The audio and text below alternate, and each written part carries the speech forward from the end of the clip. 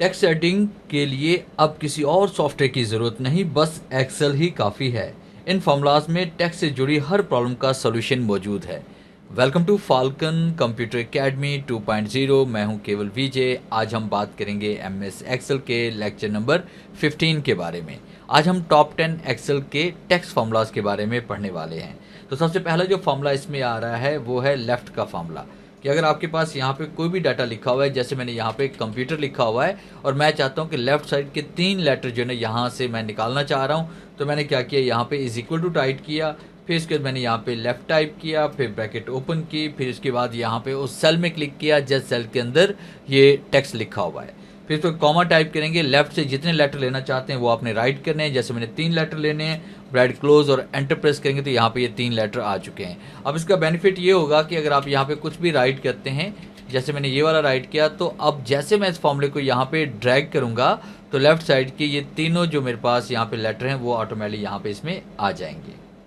इसी तरह से नंबर 2 पे जो फॉर्मूला पढ़ने जा रहे हैं वो राइट का फंक्शन पढ़ने जा रहे हैं। इज इक्वल टू राइट करेंगे और उसके बाद फिर आपने राइट फंक्शन यहाँ पे टाइप करना है। फिर उसके बाद यहाँ पे क्लिक करेंगे, कॉमा टाइप करेंगे। अब राइट की तरफ हम 3 लेटर लेना चाह रहे हैं, पहले लेफ्ट की तरफ लिए थे, अब राइट की तरफ लेना चाह रहे हैं। ब्रैकेट क्लोज और एंटर प्रेस करेंगे तो राइट की तरफ लास्ट में जो 3 लेटर थे वो यहाँ पे इसमें आ रहे हैं, और जैसे हम यहाँ पे इसको ड्रैग करेंगे तो लास्ट वाले 3 लेटर हमारे पास आते जाएंगे।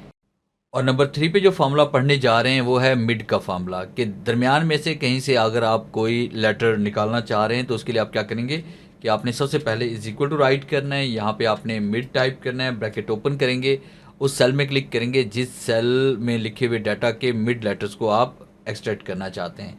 फिर कॉमा देंगे, कहाँ से आप एक्सट्रैक्ट करना चाहते हैं। फ़र्ज़ कीजिए हम यहाँ पे एम से करना चाह रहे हैं तो 1 2 3 एम 3 नंबर पे आ रहा है कि एम को एक्सट्रैक्ट करना है, और उसके साथ आगे वाले जो 3 लेटर हैं उनको भी एक्सट्रैक्ट करना चाहते हैं। फिर उसके बाद आपने ब्रैकेट क्लोज करना है, इंटर करना है, तो आप देखिए MPU यानी MPU ये दरमियान वाले लेटर मेरे पास आ गए। अब जैसे मैं इसे ड्रैग करूँगा तो बाकी लेटर भी मेरे पास यहाँ पे दरमियान वाले यहाँ पर आ चुके हैं। और नंबर 4 पे जो फॉर्मूला पढ़ने जा रहे हैं वो ये है कि अगर आपके पास सेल के अंदर कोई डाटा लिखा हुआ है और आप ये काउंट करना चाहते हैं कि उसमें कितने करैक्टर्स हैं, कितने लेटर्स हैं, तो उसके लिए इज इक्वल टू राइट करेंगे और उसके बाद उसमें लेन फंक्शन का हम यूज़ करेंगे। ब्रैकेट ओपन करेंगे, उस सेल पे क्लिक करेंगे जिस सेल के अंदर डाटा लिखा हुआ है, ब्रैकेट क्लोज करेंगे और एंटर प्रेस करेंगे तो देखिए हमारे पास ये जो सेल में जो डाटा लिखा हुआ है इसके 8 करैक्टर्स हैं। जैसे हम ड्रैग करेंगे तो बाकी सेल्स के अंदर भी हमारे पास जितने जितने करैक्टर्स होंगे वो यहाँ पे शो होते जाएंगे। और उसके बाद नंबर 5 पे जो फॉर्मूला हम पढ़ने जा रहे हैं वो है लोअर केस का, कि फ़र्ज़ कीजिए कि यहाँ पे आपने कोई डाटा लिखा हुआ है, मैंने यहाँ पे टाइप कर लिया फाल्कन कंप्यूटर एकेडमी। अब मैं चाहता हूँ कि तमाम लेटर जो है ना वो स्मॉल लेटर में लिखे जाए, यानी देखिए एफ़ जो बड़ा है ये भी ना लिखा जाए बल्कि स्मॉल लेटर में आ जाए। इज इक्वल टू राइट करेंगे और यहाँ पे लोअर हम टाइप करेंगे, ब्रैकेट ओपन करेंगे, इस सेल में क्लिक करेंगे जिस सेल के अंदर डाटा लिखा हुआ है, ब्रैकेट क्लोज करके एंटर प्रेस करेंगे तो ये देखिए हमारे पास यहाँ पे ये डाटा आ गया है। अब उसके बाद जैसे हम यहाँ पे इसमें आएंगे, अब नेक्स्ट जो फॉर्मूला हमारे पास में आ रहा है नंबर 6 पे वो है अपर केस का। इज इक्वल टू राइट करेंगे, अपर टाइप करेंगे, ब्रैकेट ओपन करेंगे। अब उसके बाद हम इसको बड़े हरूफ में लिखना चाह रहे हैं तो उस सेल में क्लिक करें जिस सेल के अंदर ये डाटा लिखा हुआ है, ब्रैकेट क्लोज करेंगे, एंटर करेंगे तो ये अपर केस के अंदर डाटा हमारे पास आ जाएगा। फिर उसके बाद आगे नेक्स्ट जो पढ़ने जा रहे हैं नंबर 7 पे फॉर्मूला वो है प्रॉपर केस, कि आपके पास यहाँ पे जो भी लेटर लिखे हुए हैं आप चाहते हैं कि हर वर्ड का पहला लेटर जो है वो बड़ा होना चाहिए, बाकी सारे छोटे होने चाहिए।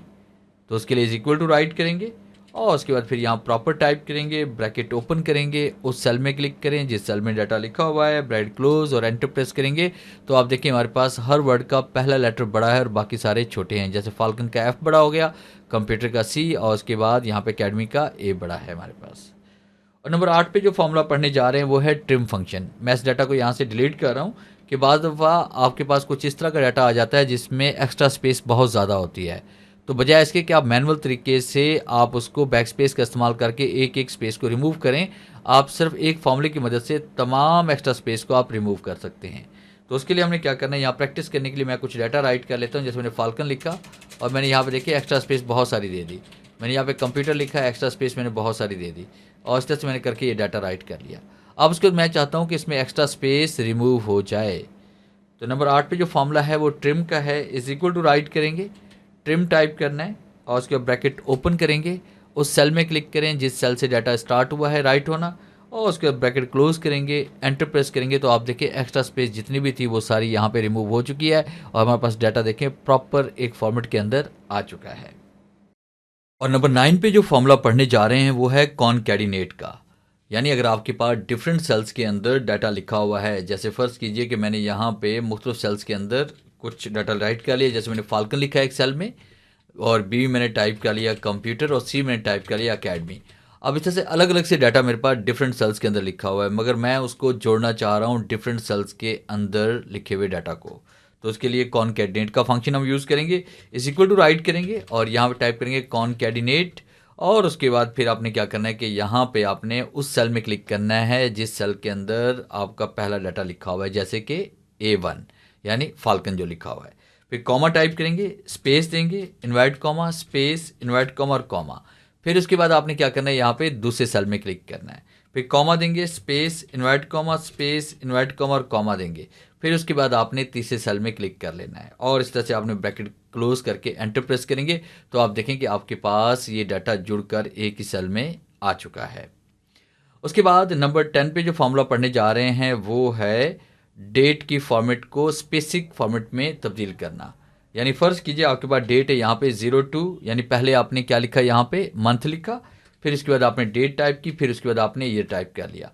अब आप फॉर्मेट को चेंज करना चाह रहे हैं, जैसे ये स्लैश में आ रहा है हम डैश में देना चाह रहे हैं, तो इसके लिए इज इक्वल टू राइट करेंगे और उसके बाद फिर आपने यहाँ पे टेक्स्ट टाइप करना है, ब्रैकेट ओपन करते हैं, उस सेल में क्लिक करेंगे जिस सेल के अंदर डेट लिखी हुई है, कॉमा देना है, स्पेस देंगे, इन्वर्ट कॉमा, फिर इसके बाद आपने यहाँ पे इसमें टाइप कर लिया, पहले हम डेट देना चाह रहे हैं तो यहाँ पे डी टाइप कर लेंगे, डैश देते हैं, फिर इसके बाद यहाँ पे टाइप करेंगे, फिर डैश देंगे, फिर 3 मरतबा वाई टाइप करते हैं, फिर इन्वर्ट कॉमा क्लोज और ब्रैकेट क्लोज और एंटर प्रेस करेंगे तो आप देखें पहले यहाँ पे आप क्या आ रहा है, मंथ, अब डेट आ रही है, फिर मंथ आ रहा है, फिर ईयर आ रहा है। यानी यहाँ पे पहले क्या आ रहा था, पहले हमारे पास यहाँ मंथ आ रहा है, फिर डेट आ रही है, फिर ईयर आ रहा है, मगर यहाँ पहले डेट फिर मंथ फिर ईयर। तो फॉर्मेट को हम इस तरह से चेंज कर सकते हैं। अगर मजीद आप चेंज करना चाहते हैं डबल क्लिक करें, यहाँ पे डी की बजाय हम यहाँ पे इसमें टाइप कर लेते हैं यानी पहले हम देना चाह रहे हैं इसमें मंथ, फिर इसके बाद यहाँ पे देना चाह रहे हैं डेट, फिर इसके बाद यहाँ पे ईयर्स और इंटर प्रेस करते हैं तो पहले मंथ आ रहा है, फिर डेट आ रही है, फिर ईयर आ रहा है। तो इस तरह से आप यहाँ पे किसी भी डेट का फॉर्मेट चेंज भी कर सकते हैं। तो ये था मेरा आज का लेक्चर जिसे मैंने आपको MS एक्सेल का लेक्चर नंबर 15 पढ़ाया और आज के इस फॉर्मूले में हमने बात की टॉप 10 टेक्स्ट फंक्शंस के हवाले से। उम्मीद है आज के इस लेक्चर में ज़रूर कुछ नया सीखने को मिला होगा। वीडियो अच्छी लगी है तो इसे लाइक कीजिए और अपने दोस्तों के साथ शेयर कीजिए। मिलते हैं हम नेक्स्ट लेक्चर में, तब तक के लिए गुड बाय।